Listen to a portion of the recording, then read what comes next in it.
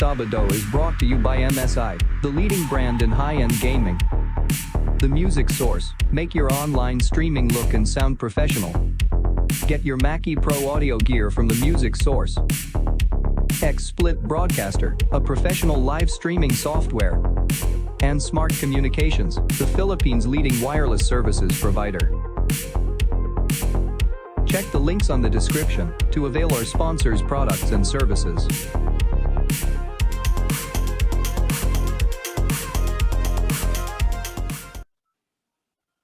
Yes. Good evening po sa inyong lahat. Welcome po sa isa na namang edisyon ng TechSabado.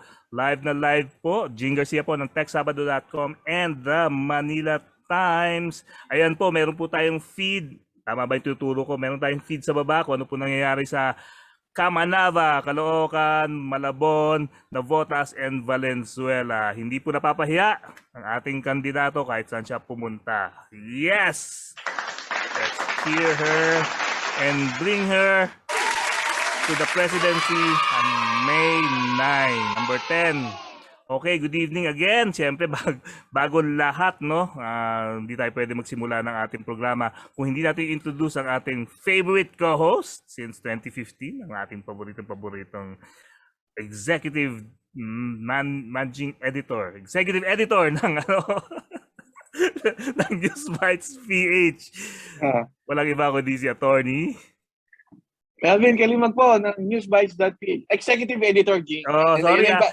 Yun yung bagong nalilito na ako sa mga position kasi ng mga tao ngayon eh. Oh, yun yung bagong title ng mga newsroom editors kasi nga meron silang executive functions din.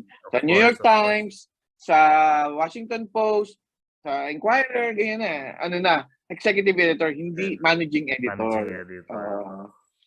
Actually, wala na nga editor-in-chief kasi marami na rin editor-in-chief eh. No? Dati isa lang editor-in-chief siya on top. Pero ngayon, minsan makikita mo iba-ibang ibang level. Pero correct. Same position. Uy, Jing, talo pareho yung natin. School natin sa UAP. First game. Ganun ba? Of the season. Ako, di ko na susundan. Pero yes, sino tumalo sa USTE? FEU. Ash. Ever since naman malakas ang FEU sa UW. Ang UP as usual, ang tumalo yung kapitbahay namin sa Ateneo. Katipunan, Ateneo. Wala, malakas talaga eh. Talagang tinambakan pa nga eh. So, UP talaga, anyway, no? UP talaga di sa UAAP. Kumbaga hindi maka-breakthrough eh. Although kaya nga parang pag umabot man lang, 'di ba, sa finals parang guguho na mundo. Para nag-champion na eh, no. Pero yes, good luck pa rin sa mga bagong itong season na to. Good luck to everyone. And kudos at nakabalik na rin. Last year ba meron? Wala, 'di ba? Wala, totally. Ngayon lang ulit bumalik. Simula ng pandemic, this is the first game opening opening ng season. Pero walang audience inalaw sa It was an empty stadium yung MOA Arena. Saan ginawa? Anong stadium? Sa MOA Arena. Sa MOA. Sana man lang yung kunyari 20%, parang 40%, mga ganun, di ba? Pwede na yun. Kasi nakalayo naman kayo eh. Saka naka-level 1 naman ng Saka level 1 naman ng Metro Manila. Di ba nila nakikita yung yung mga rallies? Oo nga. Sa PBA nga, kakatabi na halos. 100% na ba PBA pag audience? Tingin ko. 100% na. Ang labo nga nung UAAP. So, hindi ko alam kung bakit yan. Medyo praning pa sila. Pero anyway, yan still nag-iingat po. So until now, meron pa rin meron na naman yung ang tawag dito yung Omicron B2 something variant. Di ko po kayo tinatakot pero remind lang natin na andyan pa rin yan. Although parang parang regular flu na yata ang tingin ng mga health officials about this. Although tandaan pa rin natin nakakamatay ito. Like the regular flu, yung trangkaso nga nakakamatay. So parang nandun na tayo sa ganung level, which is better siguro naman. And of course, kailangan natin talaga bumalik sa ating mga buhay-buhay. Kailangan man-normalize man lang, kahit man lang konti. Hindi pa tayo pwede tumodo. We have to treat this pandemic, ay this virus as na parang yun nga, yung ordinary na para we can go on with our lives kasi parang endemic na papunta na tayo. Don't quote me on this pero parang ganoon na yung nangyayari. Papunta na tayo sa endemic part ng kasi parang ito din siya as flu or para kasi mayroon namang vaccine. So ganoon na ngayon nangyayari. So we can move on. So kailangan natin talaga mag-move on, no? Dahil marami pong nangyayari sa ating mga paligid, especially now ng itong campaign season. Talagang tumutodo na po, mainit, mainit na yung panahon, umiinit pa yung eleksyon. Yan ang no. So kaya nga nakita natin dito sa diyan sa feed natin, no, na yun, dami talaga. Hindi ka napapaya. Ang ano lang naman ng mga Pink Army, we're not looking at the size. We're looking at the yung attendance. Hindi naman yung kailangan marami parate. Basta dumating lang sila kay 1,000 lang yan o 3,000 or 45,000 or 137,000. It's still the same para sa kanila. Voting public pa rin yan. Oo. Actually, Jing, ilang 40 plus days na lang home stretch na to talagang pukpukan na talaga. Kaya kailangan pukpukan na talaga to, no? Pati para sa akin, ng Jing, this is the most consequential elections since the 1986 snap election. Of course, yes. Ganun nga para natin, at hindi lang yan. Para sa amin, pag-usapan ko nga kahit yung sa ating bosses, sa ating konsensya, sinasabi ko, this is probably the longest election we're going to experience kasi sobrang involved nating lahat. Diba? Oo, ayun. Tagal Jing, diba? Imbitahin mo muna ulit yung natin, the usual. Oo nga pala. Dito siyempre sa TechSabado, tuwing Saturday po, pag nandiyan kayo at nakikinig sa amin, isa lang pong pwede nyong makipag-join in kayo. Isa lang paraan para makapag-join in kayo at magkaroon tayo ng sayahan. Doon po sa ating mga comment section sa Facebook or sa YouTube nyo po gawin. Pwede po kayo makapag-interact sa amin. At the same time, post nyo po ang speed ng internet ninyo sa inyong lugar. Yan po. Para po malaman natin kung tama o mali ang binibigay po na speed sa inyo ng inyong mga ISP base po sa inyong binabayaran. So ito po yung ISP, Internet Service Providers. Pwede pong Smart yan, pwede pong PLDT, Globe, Converge, yung mga cable company sa probinsya nag-o-offer po ng internet sa inyo. I-post nyo po ang speed ninyo. Pero syempre, sabihin din nyo kung wireless ba yan o wired, fiber or whatever. At wag na yung exact address, sabihin nyo lang yung lugar lang ninyo, area of responsibility ng ISP ninyo diyan sa area nyo. So, para po malaman natin kung tama, kung totoo na binibigyan kayo ng tamang internet speed base po sa inyong binabayaran niya. Yan po. Post lang sa ating YouTube channel, TechSabado, at the same time sa ating Facebook channel, TechSabado. Okay, nakalimutan ko ano ko pala to. I-share ko pa sa ating kabilang page ang ating programa. Tony? Okay, batiin muna natin ang ating mga unang bugso ng ating mga walang sawang followers, mga tagasunod, tama ba? Taga-subaybay. Hindi pangit naman yung tagasunod. Well, anyway, yan. Sila Alex Fuentes, good evening. Sabi niya, Boss Jing, Atty. Melvin, happy weekend po sa inyong dalawa. Be safe. Watching here in the city of Smiles, Bacolod. Of course, Bacolod City. Isa Bacolod po sa mga nag-deliver, no? Nag-deliver ng matinding crowd kay VP Lenny. Yan? Kumbaga, siya yung runner-up. Kasi ang record holder is Pasig. Pasig ngayon, Pasig ngayon ang record holder. Si Renato Tranquilino, ayan, nanonood din siya. Good evening, Nato. Ayan, game na, sabi niya. Iboto ko si President Incumbent. Sabi niya. Si RG Espinosa, ang ating isa sa dalawa nating fans dyan sa Davao. Ilan ba yung sa Davao, Jing, na dumating? Marami rin, di ba? Sa Davao, binabanatan ako ng mga taga Davao dito kasi nagmabuhay to Davao lang ako and talagang kinuyog ako doon sa isang Lenny page na hindi daw yun ang Talaga? buong Davao. Oo, kinuyog nila ako. So sabi ko, so nag-apologize ako. Sabi ko, I'm sorry, hindi ko nakalagay naman pala sa poster. Digos City, Davao del Sur. Para nang sabihin nila, fake news daw ako eh. Eh nagmabuhay lang naman ako sa kanila. Kaso kinuyog kaagad nila ako. Sabi ko, pasensya na lang kung gusto niyo ng opposite ng mabuhay, eh di yun.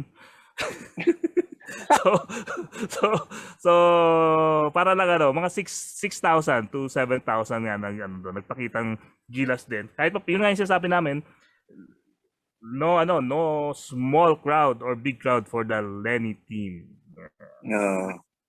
Si Michael Land, sabi niya, Sila, na-trigger sila eh. Na-trigger, correct. Mabuhay Davao lang sinabi ko, na-trigger lahat sila sa akin. Siguro, hanggang ngayon, pa rin ako, binabanatan pa rin ako dun sa kabilang page ng talaga? Oo, tuloy-tuloy yan, pero hindi ko na pinapansin eh. I already said my piece.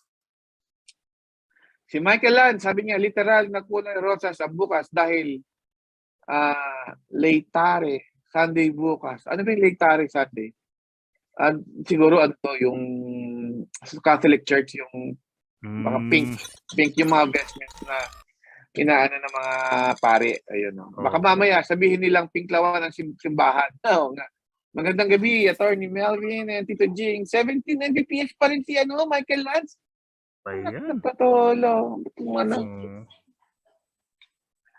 Dapat oo, faster dapat. Minimum of 25 dapat. Fiber yan. Si Alvin Pingol, good evening. Mabuhay, TechSabado. Sabi, salamat, Alvin, ha.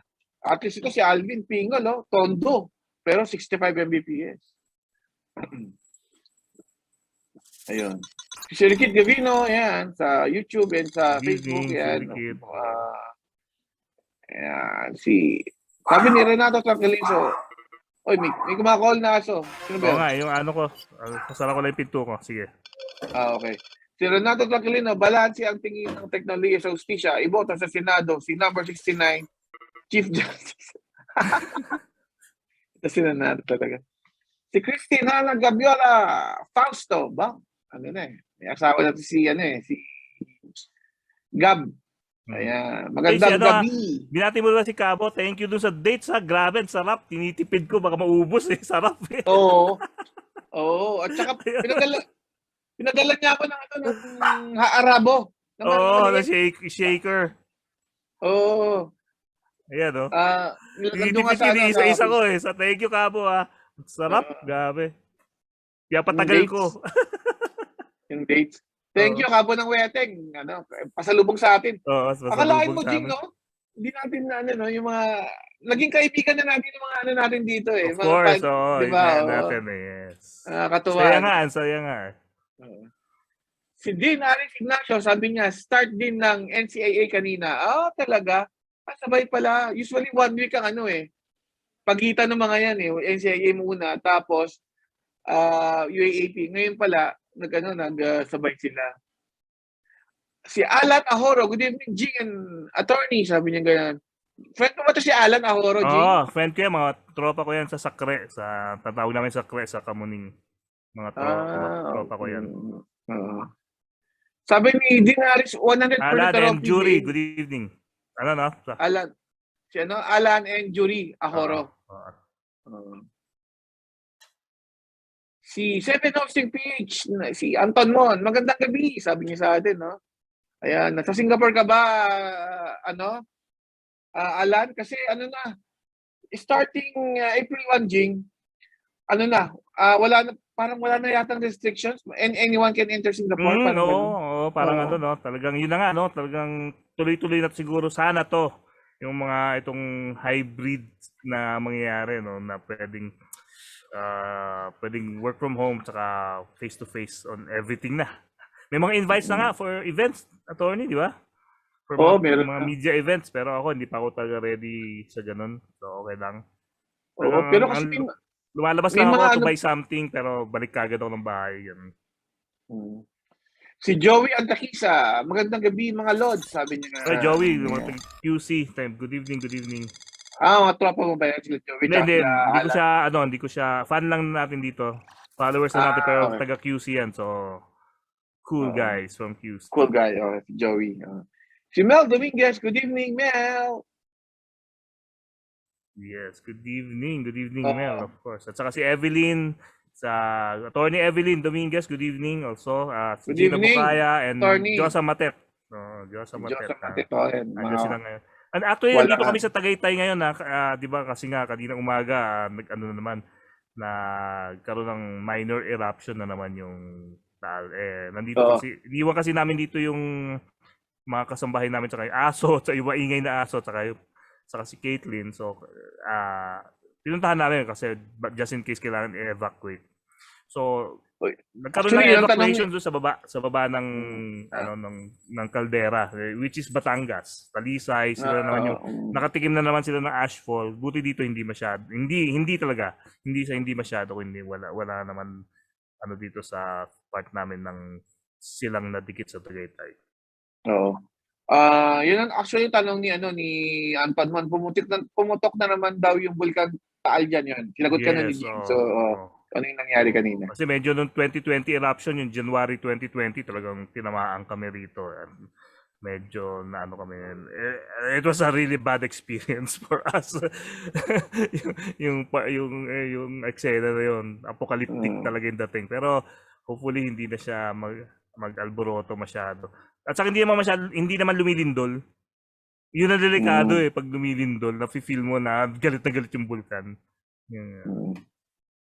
Si Sir D, magandang gabi po. Sir Jing, yung attorney, sabi niya sa atin. Okay, si Renato Tranquilino, sabi niya, papunta na tayo sa hemorrhagic fever na nasa UK na. Hindi ako sure dun. Hindi ako familiar dun. Ako rin. Si Michael Land, sabi niya, alert level 3 pa lang. Yes. Nag-alert level 4, full eruption na yun. Pero ba't hindi kasi nag-alert level 3? Kasi naman yan, alert level 1 naman yan since dyan, nung tumigil yan nung 2020. Alert level 1 na yan forever. Pero galing meron sila talagang video na andun mismo sa tabi ng bulkan kasi on ulit yung video na yun, naka-on na naman. Kasi, di ba, pag pumutok, madadamage ba siya o o mawala siya ng feed. Pero meron pa rin hanggang ngayon. Oy, si Edwin Galvez, Dito, good evening mga campings, of course. Ayan po, nakikita nyo sa feed namin sa lower right ng ating sa lower right ng ating screen. Ayan po si Senator Kiko po yung nagsasalta, number 7 po for Vice President. So yan po, siya po yung nandyan sa Kamanava. Live po yan sa Kamanava. Good evening kay Sir D. Sabi naman ni Alan Nahoro, shoutout po sa Sacred Heart Boys. Sacred Heart Boys, mga Sacre Boys yan. Kami yun Junior Boys. Yun. Si Dean Arch Ignacio, sabi niya, converge na sa PBA na, oo. Oo nga. Sa PBA na, diba? Pag-usapan natin yan a few weeks ago, di ba? Last week, nung unang lumabas sa bilyonaryo. Sana lang hindi magmahal yung kasi mahal ng 200 million ng franchise fee. Talaga? Ng PBA? PBA. Kasama na doon siyempre yung mga tao, gano'n. Pero may cap, di ba? Di ba may cap ang sweldo ng mga basketball players? Pero hindi ko alam kung franchise fee lang yung 200 million or kasama na doon yung mga personnel, yung mga players, yung mga everything. Alam mo yun? Pero kung franchise fee, baka franchise fee lang yun, 200 million. 200 million, no? Grabe, no? Grabe nga, laki. Laki ng kinikita ng Converge.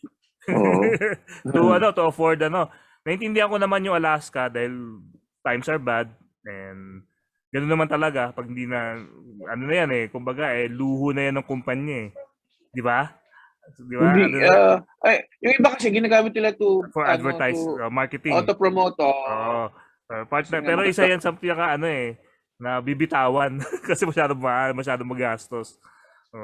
Parang F1 po yan sa F1 ganyan Dami naman teams sa F1 na come and go. So nangyayari yan even sa mga basketball. Sa ibang sports. Si Norman Ocampo sabi niya, PBA means Paligang Basketball ni Al Francis. Kasi ano usually Paligang basketball din, no? Sino sabi? ni Al Francis Chua, yung parang basketball director ng San Miguel. Kasi yung San Miguel, basically ang dami niyang teams sa PBA, pati yung Okay. PLDT. Ang parang ano raw yan, liga raw ni MVP tsaka ni Ramon Ang. RSA. Kasi sila may pinakamaraming teams. Anyway, Babasahin pa ba natin itong speed ni 7 hosting? ano ba? Anong sinabi niya? Yayabang na naman Ano? 715. O baba pa nga yun, nung nakaraan 900 Oo, baba. Baba diba? Lang ano mo Ano nangyayari dyan? Dapat bumaba. Ano nangyayari dyan? Parang ewan na yan, Singapore na yan Yung wala yan Alan Ahoro. Converge daw siya, 24 Mbps. 24 lang. 24 converge. Pero pwede na. For Philippines, pwede na yan. 100 M franchise fee, 117 yung purchase ng Alaska, sabi ni Aris. Magkano? 100 million yung franchise fee, 117 yung bili ng Alaska. Laki yun, 117. So 217 million. Oo. Laki pa rin. Laki pa rin. Sabi ni Joe Entikisa, nakaka-overwhelm yung mga rally ni Lenny Kiko. I love it. Kami rin. We love it. Yes, kaya nga feed na namin dito ngayon. Wala ngayon, feed na namin. Kasi kasabay nga dito sa TechSabado itong mga rally nila. So, pinapakita namin sa inyo para makita lang natin na hindi napapahiya si Lenny kahit saan siya pumunta. Yun lang yun. Si Alan Ahoro, meron PLDT kanina, meron din siyang Converge. Pero yung PLDT niya, 15 Mbps lang yung download. Medyo mababa yan. Si Josa Matet, good evening. Si Alan Ahoro, sabi dito kami sa Rizal. Tina David. Uy, Tina David. Parang tagal mo na wala, Tina. Good evening, Tina. Edwin Hello. Galvez, sabi ni Edwin, grabe ang Kamanava. There's really so much hope. Today, there was a unity walk in Iloilo, a rally in Binyan, and our second house-to-house campaign of Bangkal Makati for Lenny Kiko this afternoon. Ipanalo natin ito. Yes, thank you Edwin sa effort. Grabe, ganun din gagawin namin dito. Gagawin namin, mag-house-to-house kami dito sa dalawang small village dito kasi maraming construction dito. And we want to reach out nga sa yung mga trabahador, mga riders para maka-decide sila ng maayos. Especially, hindi lang for the presidency, but also for the Senate. For the Senate, no? Kailangan makilala din yung mga kakampings sa Senado. So, yan naman na mga ikakampaign namin. Padalang kita, attorney, sa Monday. Padala ko kay Richard yung kailangan mong campaign materials. Si Cabo ng weddings. Ano lang to purely voluntary. Wala pong connection. Hindi po tumatawag sa amin yung mga Lenny teams para mag-campaign for her. Kami po mismo nag-isip dito para sa amin. Aming ambag namin to para hindi na para kay Lenny, para rin sa ating bansa. Yes. Si Cabo, Vicente Ortiz, sabi niya, I'm back. Pinas sa Saudi, lagi nakatutok sa'yo. You're the best, Cabo. Sabi nga niya, sana daw mag-meet naman tayo person. Sige, soon. Gawa tayong paraan. Uwi daw ako para iboto si Lenny, okay, Tam? Uwi siya para iboto lang si Lenny. Sabi ni Alan Ahoro, who handles Kumu right now? Naku, hindi ko alam. Ibig sabihin na who handles Kumu? Ano rin yan Ano yan streaming app yan Kumu. Hindi ko alam kung sino yung Pero nakikita ko yung mga nag-ano dyan, sila Leia, nag-add yan Leia Salonga, ng advertising dyan. Sila nagpo-promote pala. Ayun. Okay. Sabi ni Michael, sabi raw, in the next 5 years, magiging malaking workforce ang gig economy. Freelancers ang mga self-employed individuals. Actually, pero hanggang ngayon, hindi ko pa rin maintindihan ng pinagkaiba ng voluntary at self-employed sa SSS. Ano po bang pinagkaiba? Well, ano nga ba? Pag voluntary, yung voluntary, ikaw mismo magbibigay ng kasi tama, may doon na self-employed saka voluntary. Minsan kasi self-employed, meron naman yung walang trabaho pero nagbibigay pa rin sa SSS kasi kailangan niya yung social security to continue lang. Siguro ganun. Self-employed naman, yun na nga, yung self-employed. May negosyo ka. Oo. Oo. O kaya, yun, nasa gig economy ka, ikaw nang bahala hindi ka tulad, ikaw nang bahala magbigay ng contribution mo monthly. Unless kung wala kang admin, hindi ka tulad po sa mga kumpanya, automatic bawas, di ba? Automatic tapos sila magbabayad. Problema po sa mga ibang kumpanya, no? Nako, ang dami nahuhuli diyan. Binabawasan yung sweldo niyo pero hindi pala kinukubra sa SSS, di ba? yung self-employed, meron kang negosyo, may sarili kang negosyo. Oh. So in that sense, voluntary ka rin. Pero pwede kang maging voluntary pag hindi ka self-employed. Kanya, for example, freelancer ka, voluntary ka, pero hindi ka self-employed. Di ba? Okay. Kahit pagkakaiba nun. Tsaka kahit wala kang trabaho, you need to put in money for your social security. Tuloy-tuloy po yun. Kundi parang hindi mo mapapaso eh. Kasi binabalikan ng ng SSS yun, yung parang sa PhilHealth na kunyari hindi ka nakapagbayad ng ilang taon, pwede mong bayaran ulit eh. Yung na mismo, may mga ganun eh. May mga ganun deal sa kanila. Sabi ni Renato Tranquilino, April 17 wala na quarantine pag nag-travel ka sa Australia. Punta na kayo ng Australia. Si Attorney Marnie Thompson, PLDT download 54, upload 114 ba? Ba't ganun? Ang laki ng pagkakaiba. Ayun. Si RJ Espinosa, 13 Mbps. Sorry, PLDT piso Wi-Fi. Hindi na to Jing Si RJ pinapanood tayo piso Wi-Fi. Oo nga eh. Akalain mo? Kalain mo sa Davao. Siya nga nagsasabi sa akin na marami na pumunta nga sa Lenny na rally. Yung kwento niya sa akin. Si Danny Escasa, Capitolio, sabi niya, Converge 3MX latency 15.1 ang download at 8 ang upload. Medyo mabagal yan, Danny Pero sabi niya, mabilis na raw ngayon. Pero mababa yan, 15 tsaka 8 mababa. Si Jerry Conto, grabe yung batuhan ng upuan sa rally ng Unity. Talaga, sabi niya. Nakita yung video pero wala dun yung wala sila doon. I think it's a local official na nagpa-rally. Pero syempre, endorse ng Unity sakop pa rin nila dapat yun. Sabi ni Anton Mon, sa April 15 para April 10 na yung simula ng botohan nila sa Singapore. Malapit na. Nga. Si Tintin de las Reyes, Feliciano, good evening sa'yo, Tin. Yan. Yung siga nating kaibigan yan, si Tin, di ba? Oo. Sobrang siga yan. Bagyo yan bagyo. Joke lang, joke. Si Michael Lance, ayaw ibalita, mga mainstream media proclamation rally ng Unity sa Manila. Umay na sila. Ayan na po, nagsasalta na po. Tama ba? Ayan na. Si Lenny. Si Lenny na po nagsasalta sa Kamanava. Para mapanood niyo po kami at mapanood niyo ang Lenny rally. Sabay, di ba? And meron tayong streaming. Sayang lang, no? Kasi nga may streaming kami, hindi natin mapala yung audio niya. Ang masasabi ko lang, no? Alam mo, tuwing rally ni Lenny, iba-iba ang kanyang mensahe. Sa totoo lang, iba-iba ang kanyang mensahe. Ibig ko sabihin iba-iba, hindi siya parang iisa lang yung message niya to everyone. Talagang tinatapat niya kung ano yung tingin niya magiging message niya for the crowd. Kaya yun ang maganda eh. Hindi yung, alam mo na, isa lang, pagkakaisa lang, that's it. Alamano. Alamano. At saka, ano sabi ng isa? La maga-maga.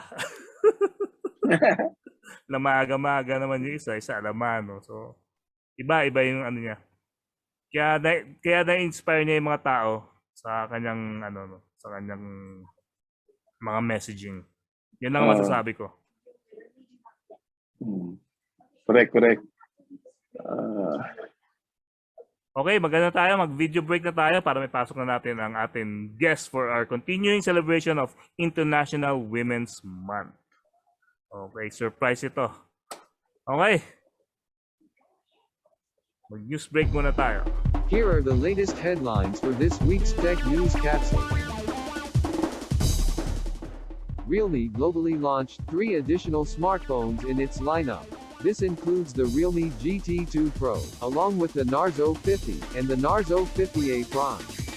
targeting the high-end market with its high-end specs. The premium flagship Realme GT2 Pro 12GB plus 256GB will retail for 34,990 pesos, while the entry-level Narzo 50 will be available in two variants, 4GB plus 64GB that retails for 8,990 pesos, and the 6GB plus 128GB that retails for 9,990 pesos.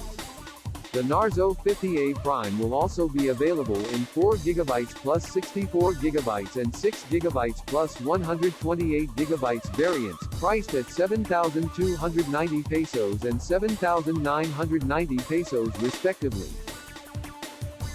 Studio-level sound always comes with rich details and minimized distortion.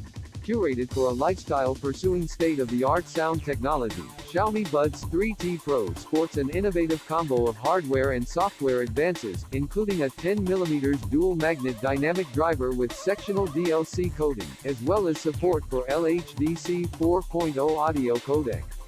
While the Xiaomi Buds 3 features an ultra-dynamic dual-magnetic driver unit designed to deliver audio output with detailing at every level. Xiaomi announced the launch of the all-new flagship Xiaomi 12 series for the Philippine market, the Xiaomi 12 Pro and Xiaomi 12.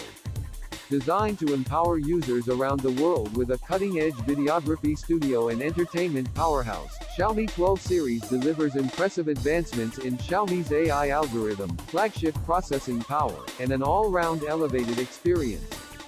Xiaomi 12 Pro 12GB plus 256GB will retail at 49,999 pesos and Xiaomi 12 8GB plus 256GB will available for 39,999 pesos. With the upcoming launch of the Infinix Zero 5G powered by MediaTek Dimensity 900, positioned to be one of the most affordable 5G smartphones in the Philippines today, 5G is poised to become even more accessible. While it will enable faster internet speeds, unprecedented capacity, low latency, and quality, 5G is also considered the gateway technology that can advance the fourth industrial revolution and exciting technologies such as artificial intelligence, the Internet of Things, automation, and robotics, among others, and transform the way we live and work. Those are the latest headlines for this week's Tech News Capsule. Please like us on Facebook, and subscribe to the TechSabado YouTube channel.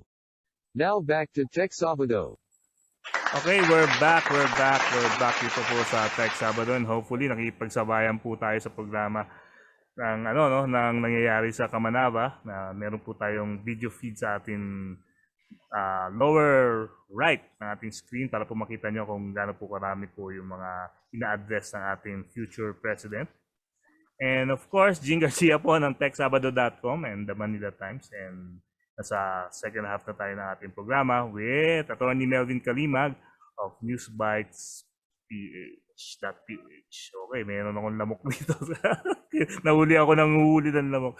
Anyway, kagaya ng sinabi ko bago tayo nag-news break, we're we still celebrating the month of March, which is the International Women's Month, and ngayong gabi meron po tayong special guest, attorney.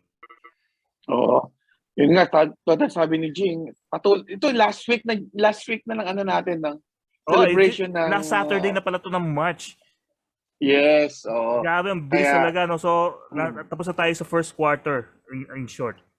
Yes, so yung so buong March puro mga women executives ang ating guest dito. And tonight it's no different, and first time pa natin siya, Jing, I believe so. Pero na-interview ko siya sa nasa Las Vegas kami.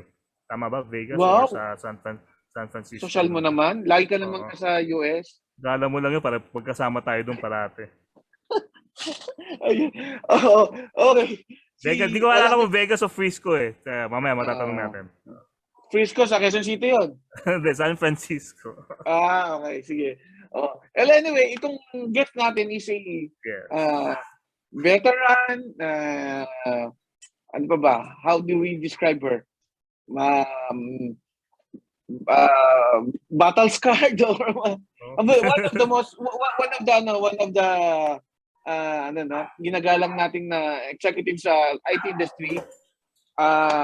She's the managing director of Oracle Philippines. Walang iba kundi si Miss Mina Lim. Good evening po, Ma'am Mina. Good evening, Miss Mina. Good evening. Hi, Melvin. Hi, Jing. Thank you for having me. Good evening. Happy to be here. International. I realize it's the last Saturday. Yes. And thank you for having me. Maybe I don't know. You put the last. I hope it's you saved the best for last. Yes, of course. Not the least.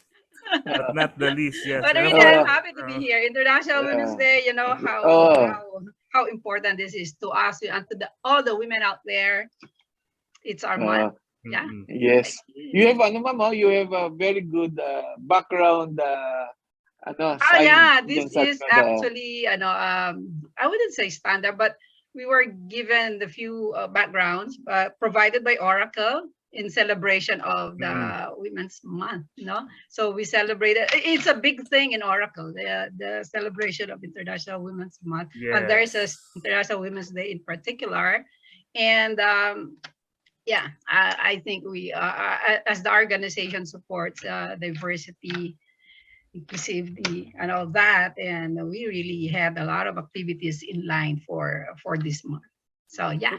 So that background speaks for how important that is for Oracle. Yes. Before anything else, bigyan ko lang konting background. Sineselebrate po namin dito sa TechSabado yung mga women executives po every March since 2015. Kasi na-realize nga namin ni Attorney Melvin na ever since nag-start kami nag-start kami ng covering technology in the Philippines, ang dami pong power women sa IT industry ng Pilipinas. So talagang hindi po dapat itsapwera yan, yung phenomena na yan. Kasi parang feeling nga namin, dito lang yata sa Pilipinas yung ganun karami. I know, yeah. Ganun ever since nga nung nag-start kami nung early 2000s, kanya na yung sitwasyon sa Pilipinas. So we celebrate them every March. Yeah, thank you. And of course, Oracle is not a small tech company. It's one of the largest and biggest tech company in the world. Yes. And Jing, yung CEO namin, Safra Cat, is a woman. Yes. And she's one person I look up to. I mean, not only because her leadership and where she has steered this company, and a very smart woman, and all this I would say how she has promoted inclusivity and diversity in the company, and I really credit her for that. Yeah. That's good. Si Miss Safra Katz, Miss Mina is the lone president ngayon ng Oracle, Yes. Because si Mark the co-president, the co-CEO niya passed on last October of 2019. So siya na ngayon. Yes. So yun, so and how long have you been managing editor of Oracle Philippines? Profile naman, profile muna. Profile muna. Profile. Sige. Magkakabistuhan na tayo nito, no? So so I joined Oracle in 1993. So that makes it 29 years at Oracle, so turning 30. Are you a pioneer employee of Oracle? Oh yes. I was the 10th employee. So my ID is 93010, meaning hired in 1993 and employee number 10. Yeah. Employee number 10. So I joined in 1993. But in this role, the country managing director role, I assumed this role in 2013. So going on 10 next.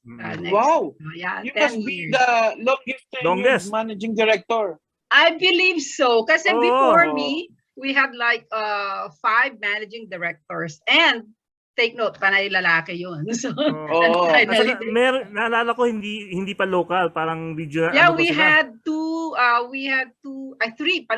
no? So, si Yashi, Francis, and the last is Darren, who later on joined another company. Yeah. So we had 3 expats, 2 locals, and ako, local. Very good friend din natin si Bernard. Bernard Yu, of course. Yes. Bernard Yu, was, oo. Bernard was our second managing director. Before Okay. Bernard, we had an Australian that was Andrew Killen. He was the first Yung nag-start dito, managing no? director of Oracle Nag-start sa Philippines. Oracle. In fact, I joined Oracle same year as Bernard. Siguro mga 2 weeks lang yung pagitan namin. So, yeah. Oh, good friend din namin yan si very close kami dyan kay Sir Bernard. Nung special time na yan, yes. Oo, si Bernard.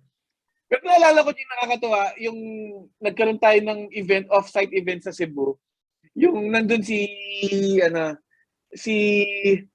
Steve Guy, yung sabi niya, what employee number are you? I'm Oracle employee Philippines number 0. Sabi niya gano'n. Are you referring to Jojo Año Nuevo? Yes, Si Jojo, tama. Yeah, si Oo Jojo. nga, tama si Jojo. Well, he claims officially he's employee number 0 kasi nga siya, expat. I mean,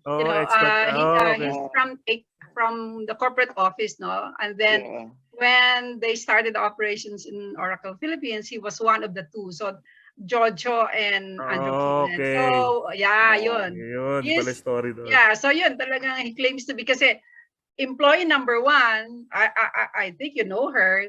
She also claims that she's employee number 1. Officially is Dina Salonga. So totoo naman yun. Employee number 1 si Dina Salonga. One of the pioneers. She's very known in the industry.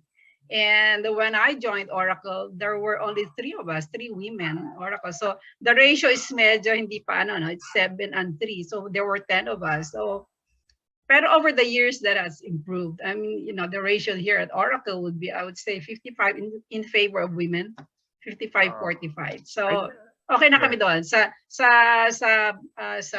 KPI kong yun, okay na. I think Joel Garcia, di ba? Nandiyan din before. Yeah, Joel. Yeah. And Joel. si Oda Oda Kubong.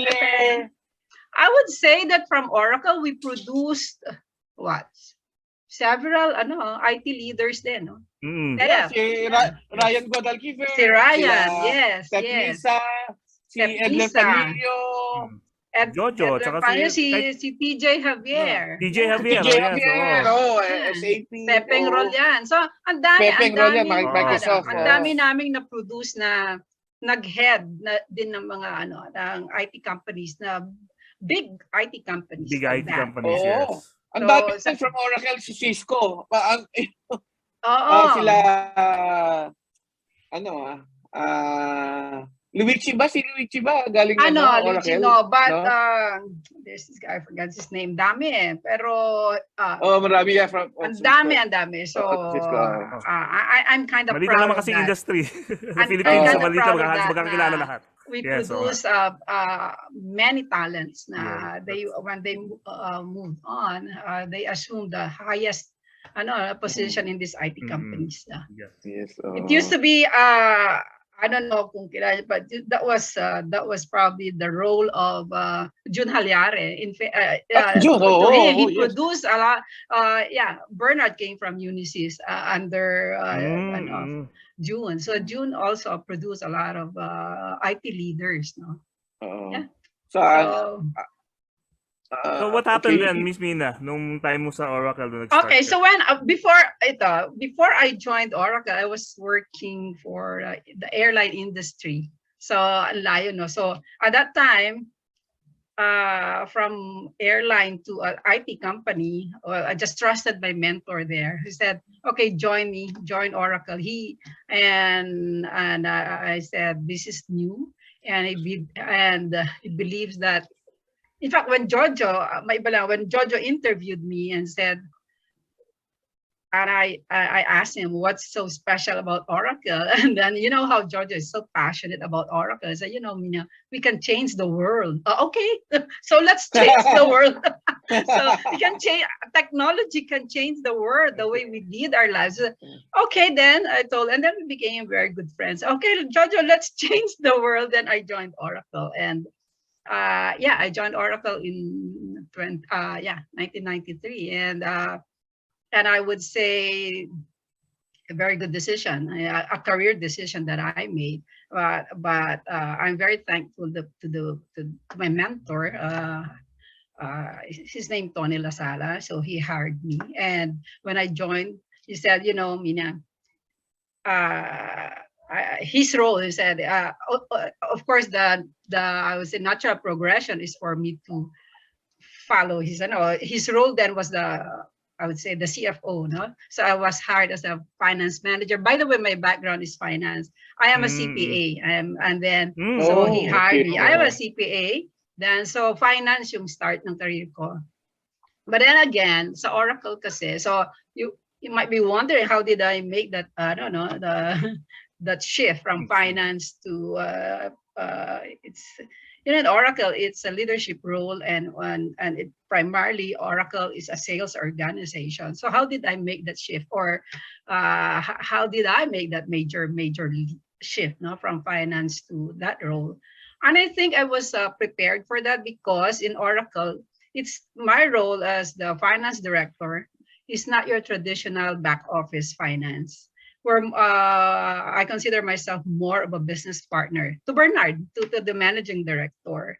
And being a business partner, you know, in Oracle, it's a complex business, right? So you should be able to provide that that advisory role on how to pursue the business, because it's kind of complex. It's not when you sell something and you're done. There are a lot of things to consider. You know, the contracting in Oracle, for one, is very complex. So you have to have a very strong partner to ensure that the business that you are, the business that you're entering into, are within the bounds of Oracle policies. So very strong kasi sa Oracle yun. Compliance, you know, policies and all that. So that was the kind of partnering I had. So doing that role gave me like a front seat view of how the business is being managed or being run. So, and I thought, this is something I like. And you know, that part when you know that you like it, but the push would have to come from someone who believed in you. And then my another boss of mine here in Oracle said, he's actually based in Singapore, and he said, you know, I would be very disappointed in you if you don't go for this role. And he was already pointing to the managing director role. And when someone tells you that, and you start thinking, am I ready for this role? And I thought, yeah, I said, let's go, let's do it. And my former manager, my immediate manager, trusted me with this role. And like you said, I'm turning 10 years into this role. And it's a very, I would say, very challenging and at the same time, very fulfilling role, because you are in a position where you are able to empower other people. You're in a position to help other people become successful. And I've seen very successful, you know, people in Oracle, and I'd like to think that I'm probably a party to that success, part of that success, because when you support someone with the intention, with the focus of making that person successful, how fulfilling is that, diba? So yeah, so we produce very, very successful employees at Oracle. Sometimes they're very successful in their roles. Sometimes, you know, they promoted to higher roles, and you feel that ano ka na, parang that's another fulfillment as a leader, di ba? So yun. So I think that's the one exciting part of the role, when you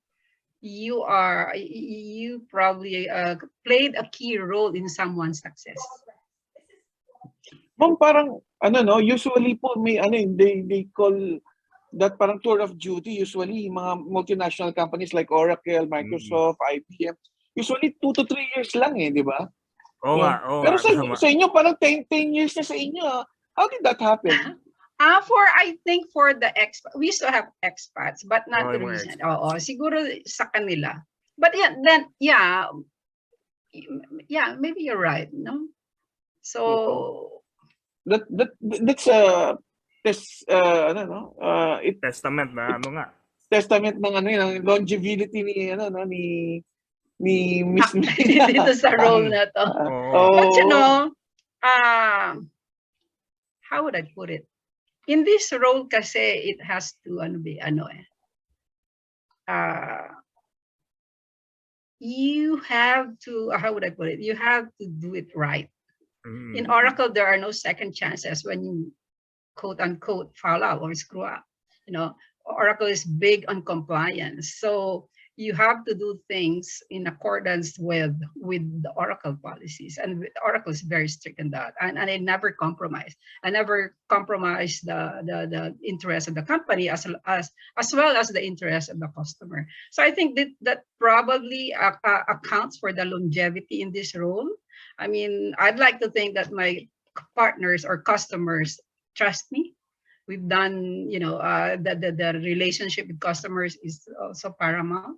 And I've always, I would say, I've always been true to my commitment to them. So that's why I'm still here.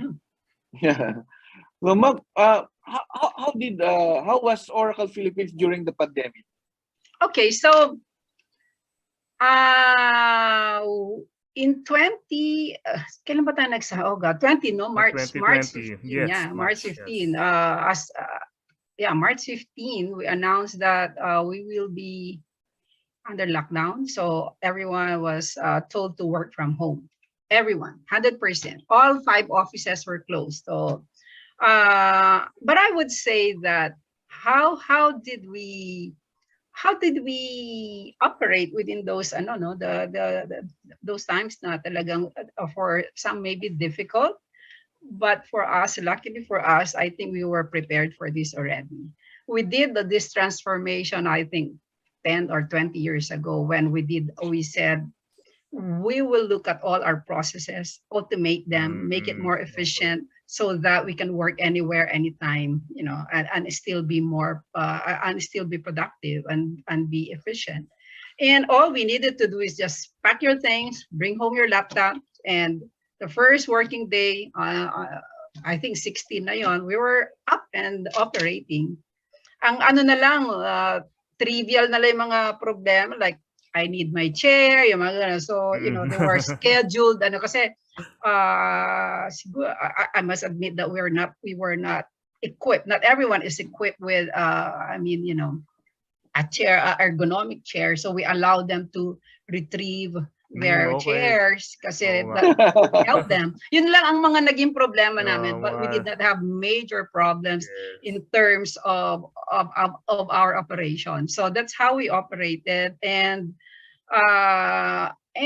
we also engage with our customers. Of course, babad na babad sa Zoom, no? So meetings from as soon as you turn on your laptop, Zoom ka na from Zoom 9 agad, to wala nang in fact wala nang boundaries, but we're not complaining that everyone is as lucky as we are. So we were engaging with our customers. We were proactively checking on them, how they are doing, how we can help them, how we can extend support. So ganon. But of course, with all the challenges that we face, like for example, how do we rotate our employees? No, we have engineers to be on site. Ganon. How do we coordinate that with our customers? So, but again, we manage. I'm very thankful that we have my HR did a fantastic job taking care of the people so that we can focus on the business. But I must share with you that, for a while, parang that anxiety. Sometimes I dread getting messages because the updates I would get is someone would get infected. Yes, so the anxiety, and we're talking of how many employees. But then again, like I said, I have a very strong support group within Oracle that made, I would say, that allowed me and the team function where they are taking care of matters related to our employees. So that's how we were in the last 2 years. And like you said, thanks to technology, there was no disruption in how we were operating. But are you going back to the office soon? Yeah. Yeah. What's the hybrid system? How are Yeah, you going to cope so with this? April 4, we'll be opening our offices. And still, while the offices are already opened, uh, coming back to work on site for that matter is still voluntary. Still, I wouldn't even say hybrid, because hybrid, there will be arrangements that you come on Okay. these days. No, this one is voluntary. So in Oracle, kasi it's still the well-being, the safety of the employees is paramount. So Of we're course. opening it because there is a clamor, no, for the offices to be open. So, but other than that, I think this setup of still working from home is still in place. Jing?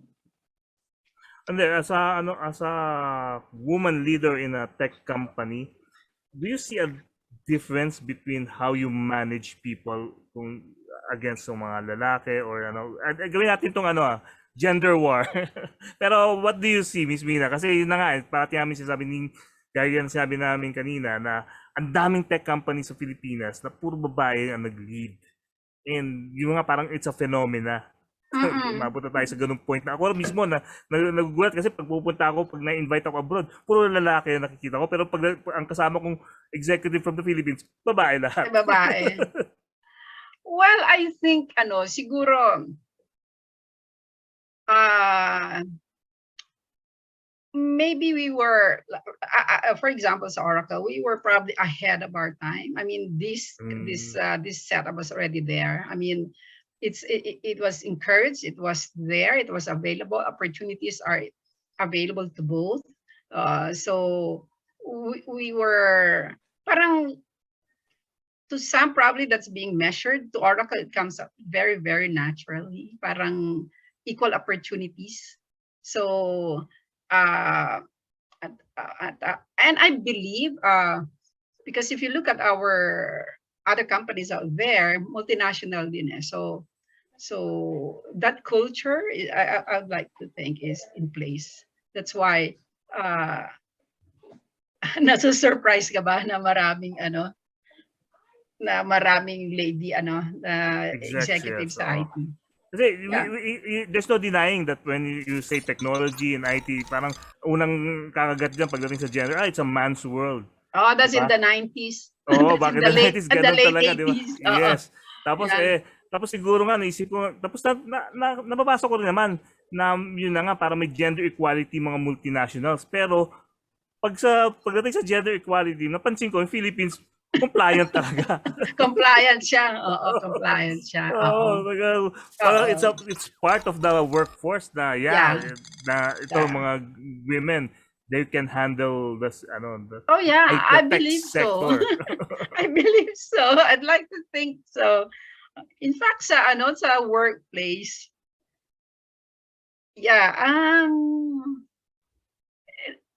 because the culture is there, the opportunities are equally available to all of us. So yung mga babae talagang feeling empowered na we can compete, we can compete for the same position, and we are certain that we will be given equal opportunity.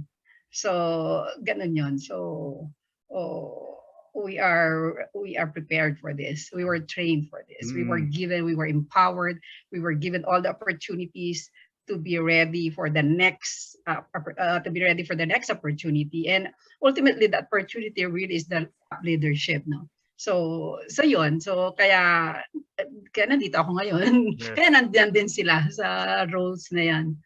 And it's I would say, sorry guys, pero when you are in this position and you are in this role, I don't know, but for some reason, people will gravitate to you. They think that we are more. I wouldn't say that men would be different, but I don't know. But I see people gravitating to you. They can share their concerns openly, their aspirations openly. Mas motherly kasi ang mas motherly sensitive siguro, ang, maybe because this matriarchal country is talaga more tayo. matriarchal. Oo, Yes, yung ganun. society natin. Kaya kaya ganun. So I can see that. I mean, you know, at the workplace in Oracle, for example. By the way, Madaling lapitan eh. by the way, they diba? call me mother, no, regardless of age. Everyone calls me mother. So when you, and when not only that madaling lapitan, they think or they believe that you are adding value, no? Kasi ewan ko, talaga siguro matriarchal talaga itong society na to, na in fact, when I talk to our employees, when they come to you, it goes beyond the work lang eh. So you're also as involved sa personal nila, and that how the personal lives nila, how we can help them, di ba? How parang nanay talaga, na it goes beyond trabaho lang to. So and that's why the relationship that you develop with your employees is not just like employee employee and boss relationship. It goes beyond that. So in Oracle alone, we have a very, very close knit relationship with our employees, kasi they look up to you as they're not only their leader but their mother, and a mother will always be there for them. So yun. So the mother is always invested in their success. So ganun yun. So that's why I love my job. Yes, I think it's one of the yung cultural yung culture na dinala ng mga multinationals. It's one of the better na part nung dinala nila yung equality among genders. Gender equality, yes. Oo, kasi dito tayo, alam naman natin nung araw alam naman natin ang Pilipinas, machismo eh. Di ba? Parang nandun pa rin yung mentality na babae kasi, babae lang, ganun yung ganun parating dating ever since eh. Pero yun na nga, dahil yung mga multinationals, iba yung culture nila when it comes to gender. Yes. Talagang, and na-embrace agad ng mga Pilipino. Yes. I think so. Yeah, it's a combination of that, the multinational culture, and combine that with the local, the Filipino culture. Yes. Kaya nag siya talaga. So it blended well. It blended very well, and I think the combination is very good, and it's successful. It's a good formula for success for women leaders like us. Yeah. Miss Mina, si Raymund Gregory Tribdino, you probably know him. He's the tech editor of Malaya. I know Raymund. Wala siya. I thought he will be here with us today. No, pag Tuesday kami. Pag Tuesdays. Tuesday show. Sabi niya, si Miss Mina ay hindi lang tech leader, isa ring thought leader. Wow. Thank you. Meron siyang question. When or what did you do to trample on the misogynist atmosphere inside the tech industry? I didn't, naman that. Maybe, okay, if there's the matriarchal culture, the machismo culture naman sa Pinoy gives you some kind of allowance. Parang tolerant naman sa'yo. I'll give you an example. Kahit kunyari, customer mo, kahit galit na sa'yo, pag but because you are, babae ka, they're a little more, So, yun naman nakita ko na tinake advantage that mo. Work to my advantage. Kasi sa totoo lang. Macho eh. So, sa totoo lang. Kayang pagalitan ng todo-todo. So, kasi that also work to my advantage. Yung culture natin machismo, pero pagkaharap yung nanay. Parang medyo, so, malambot na bigla. Lumalambot. Tsaka you get, meetings get to be more productive kasi hindi na masyado galit. Galit na galit muna. But pag pumasok ko na, and then, siguro either hindi siya pwede masyadong magalit sa'yo. But, so I think, yun lang na-feel ko. Hindi ko naman na-feel yung... But I must admit though, Raymond, there was an incident na this was in the early 90s na I went to a meeting. I was sent by Bernard to represent him. So I didn't expect na talagang all-male yung meeting. So sabi ko pagpasok ko, yung the one who's, I will not mention the name of course.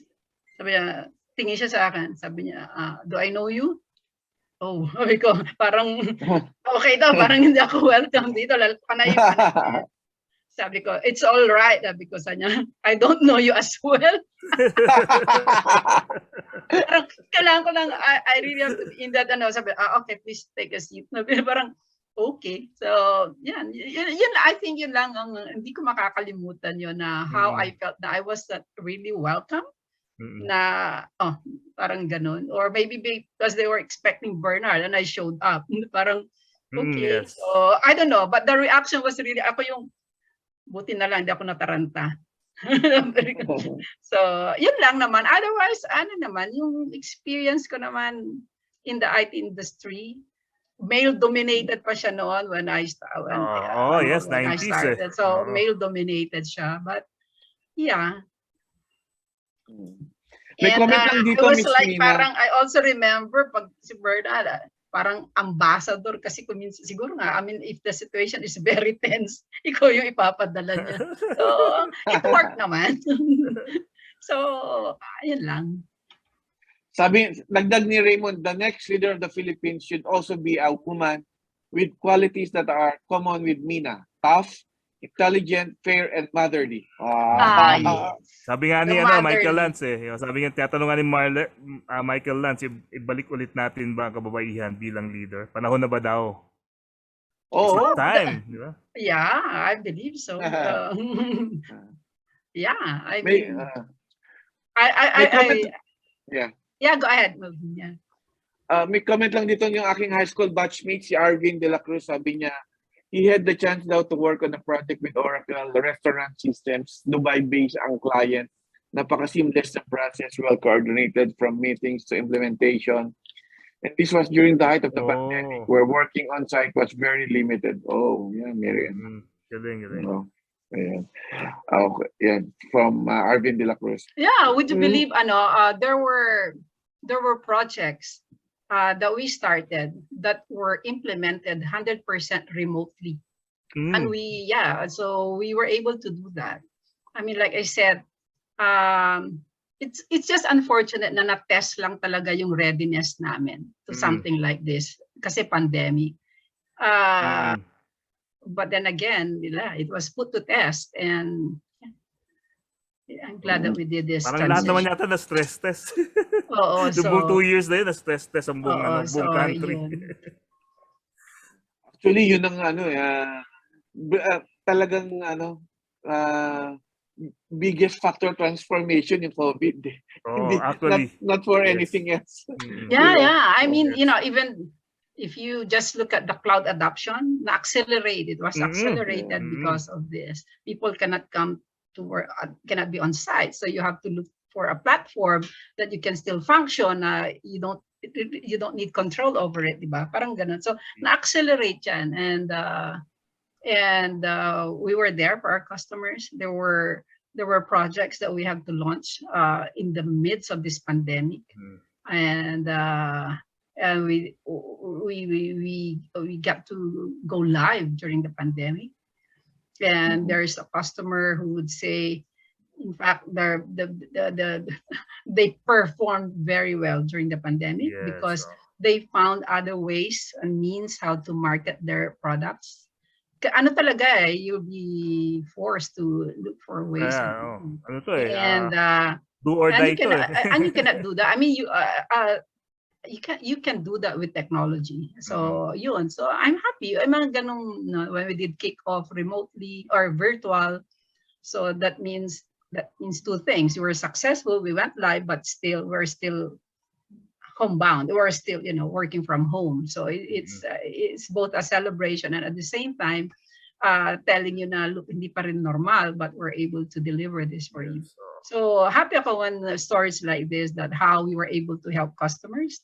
And in this role, that's really music to your ears when customers will thank you because you helped them during this these difficult times. I'm sure there'll be a lot of post-pandemic assessment, for what happened in the last 2 years, especially in the digital transformation space.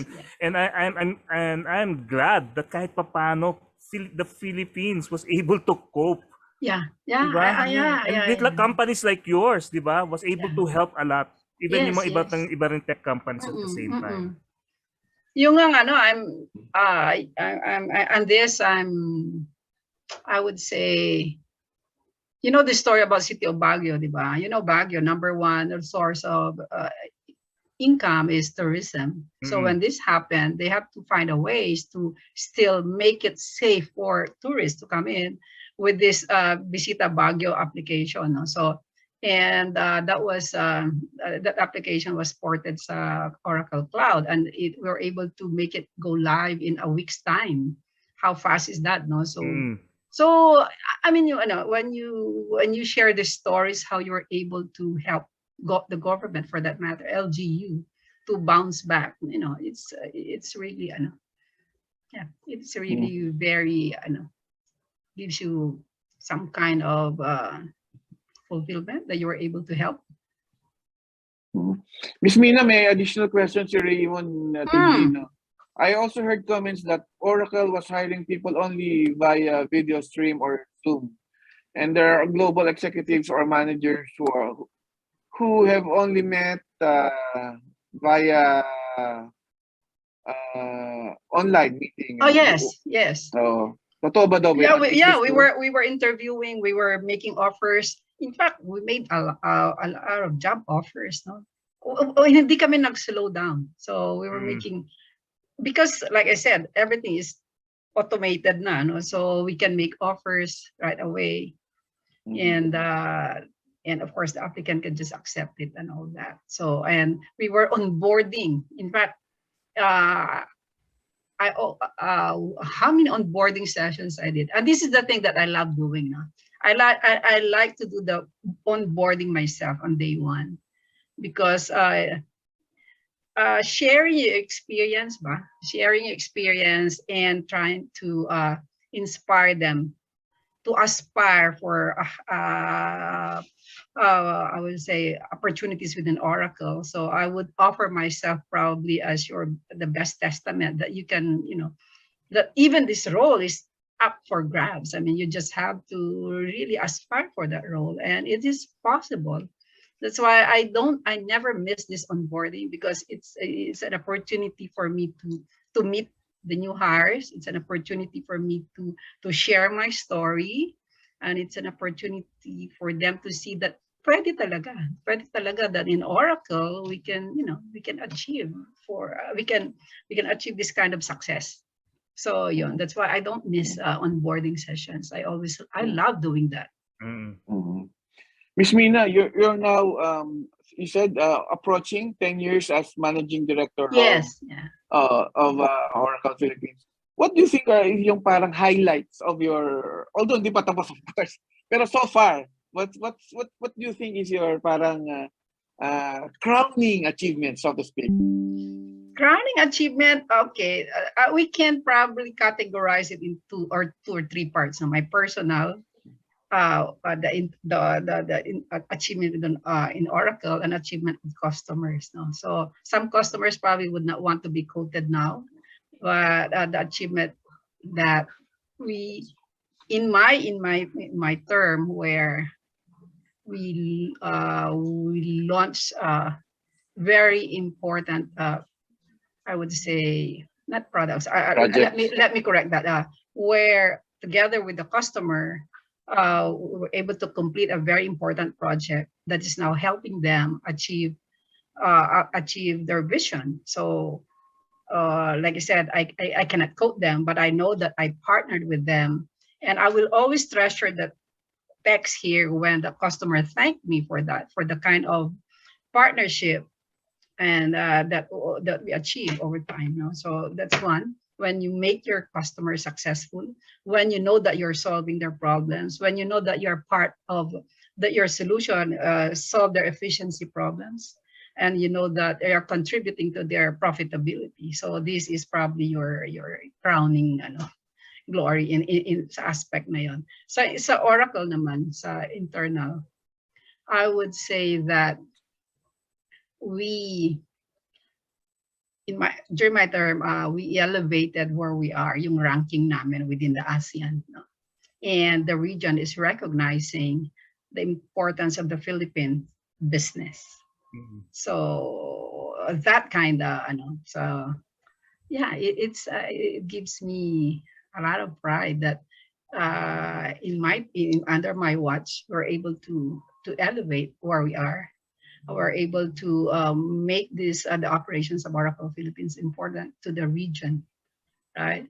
And personal naman, I think I'd like to think that I had the best job. I am enjoying it, and I'm in a position where I can help people, and I'm in a position where I can influence people. So all that put together, I think, yeah, it was the best 10 years. Very well said. Now you're changing the world. Sabi ni Yeah, Jojo, sabi no? nga ni Jojo, we'll change the Change world. the So world. I will speak of Jojo. Nangyari Jo, yan. look, we changed the world somehow. You know, Jojo is a Yeah. very good friend. We call him Mr. Yes, Oracle. Yeah. Mr. Oracle, Yeah, we call employee him Oh. Mr. zero. Oracle. Yeah. Galing yun, ano? Very, very good guy, very nice guy. Si Oh, yeah, Jojo. very nice guy. I hope we can interview Ah, him you know, you can also invite here. him. You know what he's Yes, we doing will. now? Oh, He has Startup? startup. He joined a startup, and then he has his own non-profit organization. And he's in that, I would say, face the life now where he just wanted to do something he believes he can contribute. Maybe, yeah, you can invite him. You know, Yes. and you know, Jojo, still the technology guy. oh And after all these years, no? I'm sure he would love to be in this in your show. But he's based here in Manila? He's based here in Manila. Okay, oo. Ayun. Remember na punta pa tayo sa house niya sa Bel Air? Yeah. Yeah. Oh, yun pala. Tama yung He still lives in Bel Air. Bel Air. Yes. We went to their house. Family in dinner Bel Air. tayo doon. No family. Yes. May family dinner and invite tayo. Small group of journalists.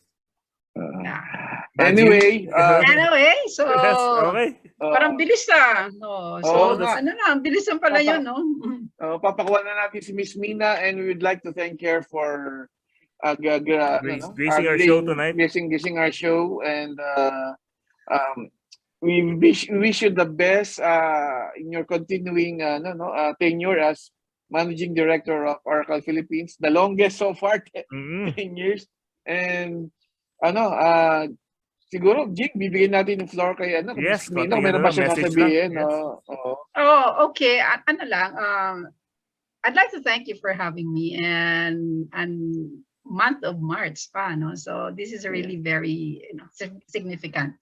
But then again, siguro my message to all women out there is, my God, there are endless possibilities. We can do a lot of things. We can make a lot of difference, and let's just go for it. Siguro, if I may, how did I become this way? Sometimes people just know, how did you become that way? Maybe because my mother is a very empowered woman. She's a teacher, and my father is a lawyer.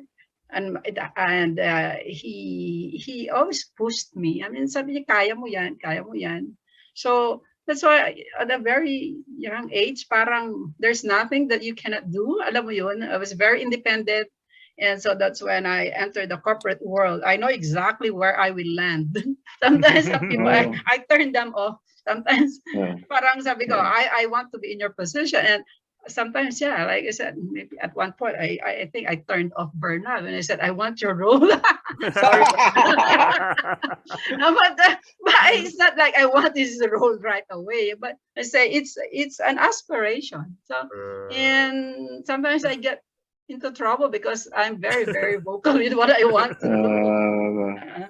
So, yeah, to all the women out there, but the times have changed. We have equal opportunities, and there are a lot of possibilities out there.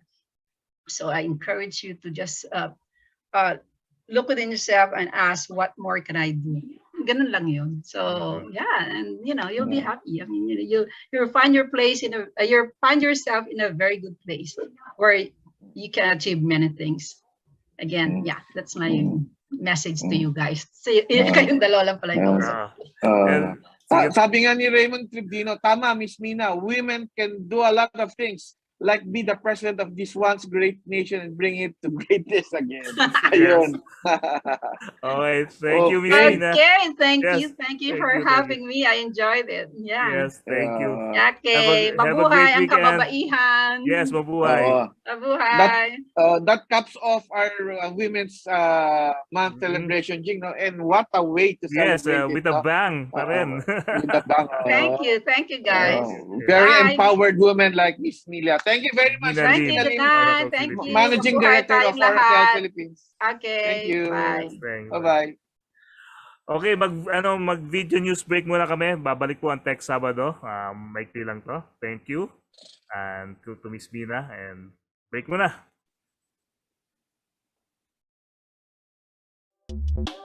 Here are the latest telco headlines for this week's PLDT Smart News Capsule. Smart Communications has successfully deployed a fully functional end-to-end network slicing proof of concept on its 5G standalone network. The proof of concept was completed at the PLDT Smart Technology Laboratory in Makati City this month.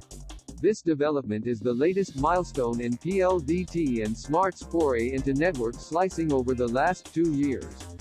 This is a first in the Philippines, as PLDT and Smart join the first few global operators who have implemented 5G standard network slicing with slice controller for each part of the network. PLDT's wireless unit Smart Communications is powering the return of SM Cyberzone's Game Fest this year. Gaming enthusiasts, shoppers, and guests can join esports tournaments, explore game features and products on display, listen to talks about the latest products, experience virtual reality and free play, meet influencers in the gaming and esports industry, and buy new gadgets that are on sale from March to May 2022 nationwide. PLDT's revenues for its fixed wireless business grew 47% to 3.3 billion pesos in 2021, as limited mobility confined customers to their homes and increased the demand for more affordable and accessible fixed wireless broadband internet solutions, particularly in areas not yet served by fiber.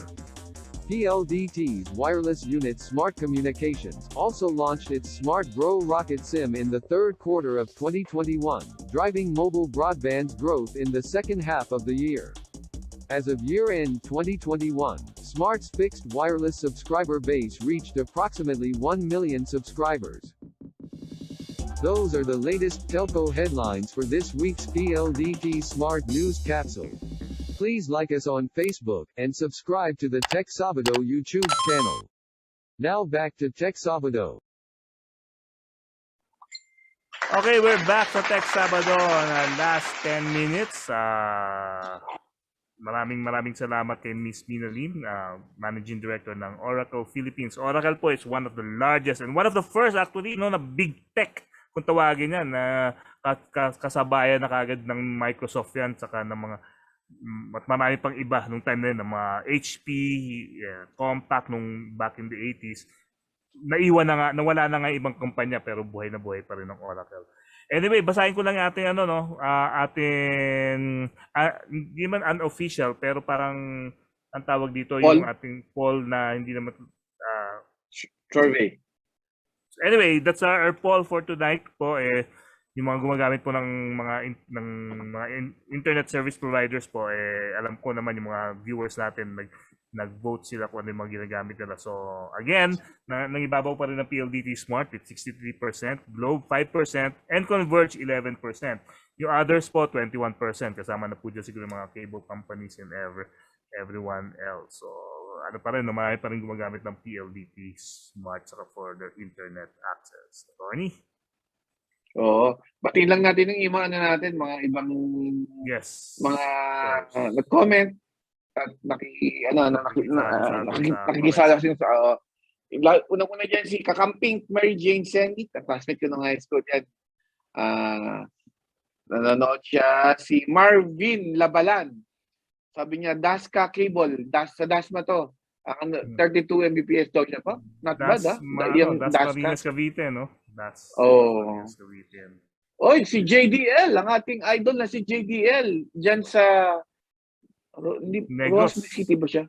Hindi, nasa Negros, Bacolod, di ba? Hindi. Hindi Rojas ba? City. Hindi na Rojas eh. Capiz yata. Well, anyway, good evening. Sabi niya, Boss Jing Garcia and Atty. Melvin. JD, di alam ni Atty. ko nasa ka. Oo. Kailangan, siguro papuntahin niyo tayo dyan. Jing. Para No? mapako na yun, di ba? Para malaman natin. Si John Roy Zapanta, magandang gabi po. Yun. Thank you, John Roy. Mabuhay, Miss Mina, sabi ni Mel Dominguez, at saka ni Cecilia Bayang. Thank you, Miss Mina. Thank you siya dahil nga, at saka si Michael Lance, salamat dahil marami silang nakuhang inputs from Miss Mina. Okay, napapanood pa rin niyo po yung nangyayari sa Kamanava, rally ng Lenny team. Nandiyan po, si Kule Desma na po on stage. Oo nga. Kasi, ano niya yun, style niya yun, may bandana, di ba? Oo. Left Lenny Beach t-shirt. Sabi ni Michael Lance, question, panahon na ba para ibalik natin ang kababaihan? Ay, hindi, isa pala iba. May talong siya.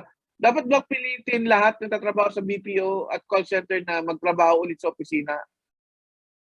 Good question, sabi niya ni Raymund. Actually, I think meron talagang kailangan bumalik na.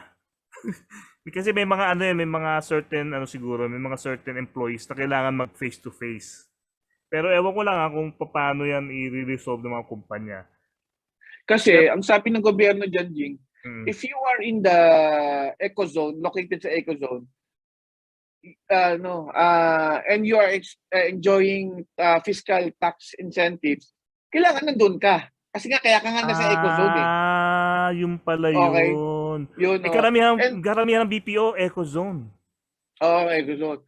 At saka, sabi ng gobyerno, time-bound lang naman yun eh. EBSA po yun. Kumbaga, parang EBSA, yung eco zone na sinasabi namin ni attorney. Kumbaga, very limited lang. Pag natapos na, balik na talaga. Parang kaya nga, kaya nasa eco zone kayo eh. Kaya ka nag-enjoy ng tax incentives. Oo. So may legal pala diyan, magkakaroon ng legal problem pala. Pero sabi ni DOF Secretary Shannon Dominguez, wala naman nag-prevent sa kanila na yung mga BPO companies na mag-work from home. Pero hindi nga lang ma-avail yung tax incentives. Wala problema, mag-work from home kayo. Kaya pala sa pilitan. Tama. May po yan, may legal may legal, ang tawag yun? Implications, yes. May legal implications nga pala yan. Especially, tama, Tony, napaalala. Ngayon ko lang din na pumasok sa isip ko yung tungkol sa eco zone. Kasi nga po, may tax incentive saka may mga benefits sa government na nakuha, pero doon lang sa within that area. Eco zone. Hindi po pwedeng sa ibang lugar sila. Kaya sabi ni San Dominguez, kung gusto niyo mag-work from home, okay lang. Wala namang pipigay sa inyo. Pero, hindi nyo ma-avail yung tax incentives. Yes. Yung pala yung point na yun. At saka, gusto rin nilang ng gobyerno yata na work from home na para yung mga taong, kunyari, mga service providers like mga pagkain, kasi may halo effect eh. May halo effect kasi pag nagtatrabaho na dun sa isang opisina, yung mga nandun sa mga restaurant, yung mga nagtitinda ng bola-bola man lang o scramble sa baba ng sakali, nagkakaroon din silang business kasi may taong pumapasok sa opisina na katabi nila. Kaya rin hindi rin pwedeng sabihin ng mga kritiko na nagpasara ng ABS-CBN na yung empleyado lang ng ABS-CBN yun apektado. Yung 10,000 yun, hindi po may halo effect po ang ABS-CBN within that radius. Alam nyo ba, yung halo effect na yun umaabot nagpas Tomas Morato. Kaya po napakaraming restaurant sa Tomas Morato. Kaya po napakaraming small businesses sa Tomas Morato because ABS-CBN was there. Yun. Correct. Diba? May halo effect po yan. Doon po, bakit ang Cafe Annabel sa Tomas Morato, yun ang favorite presko ng mga artista, ating pagtungkol sa showbiz, doon ang presko nila. Kasi nga nandun ABS, nandun ang GMA, nandun yung mga opisina ng Viva, nandun yung mga opisina ng Dyna, nasa mga area na yun. Entertainment city nga ang ABS, ang Quezon City, di ba? Gusto nga ni Herman Moreno gawin Star City, di ba? Ang Quezon City. Kasi nga, nandun, kumbaga, ayoko nang masyadong compare, pero parang Hollywood, pag LA, may halo effect po lahat yan sa buong city ng Quezon City. Pero yung Star City nandun sa may Sa, PCICC.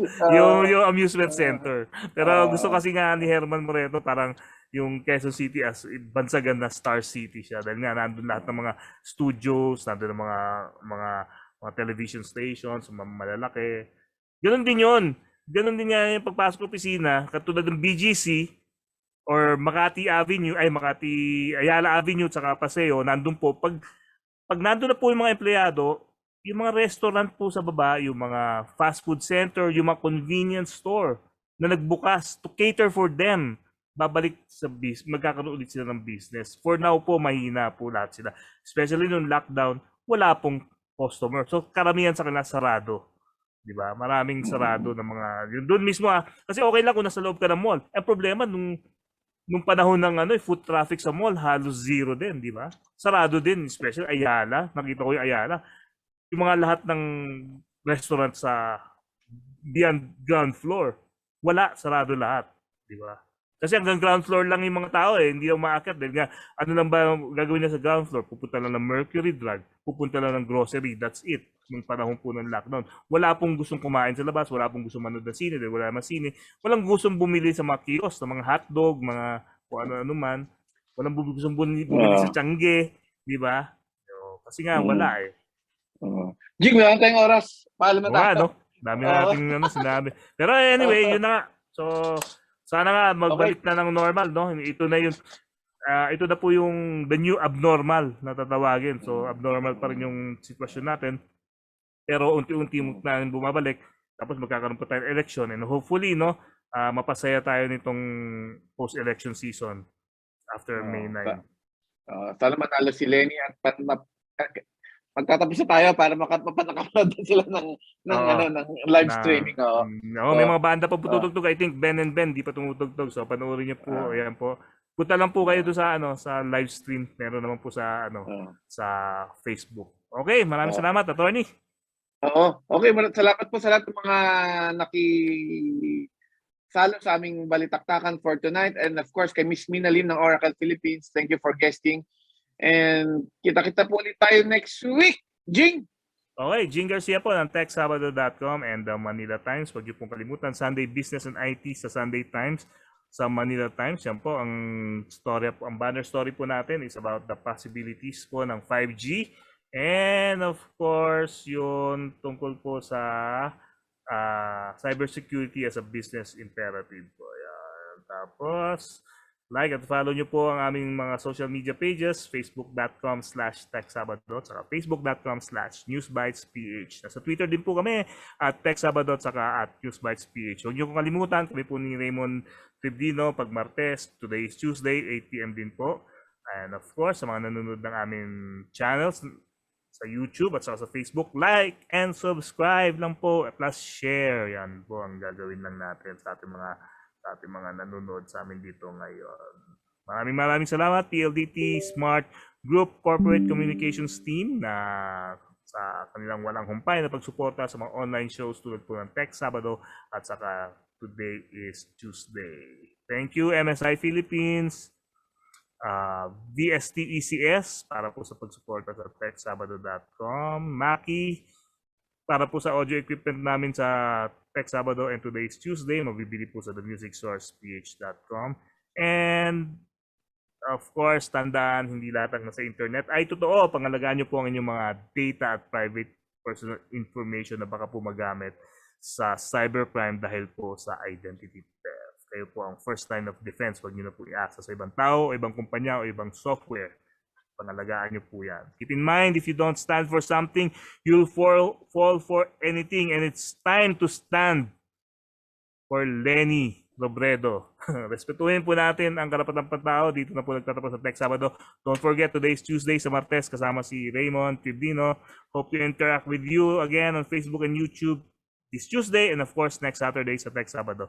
Lahat po kami dito, COVID survivor, please wear a mask, stay home, stay safe, and take that vaccine. And of course, the booster na rin. So, bumoto po ng tama. 10 sa Presidente, 7 sa Vice President, at kayo na pong bahala sa mga ating mga kakampings sa Senado. Magandang gabi po sa inyo lahat. Have a great weekend, everyone.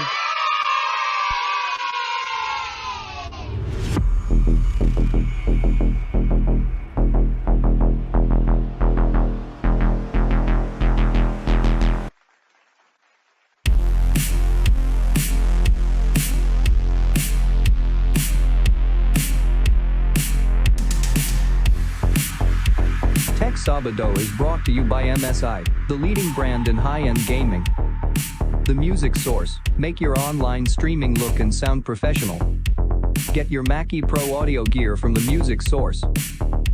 XSplit Broadcaster, a professional live streaming software.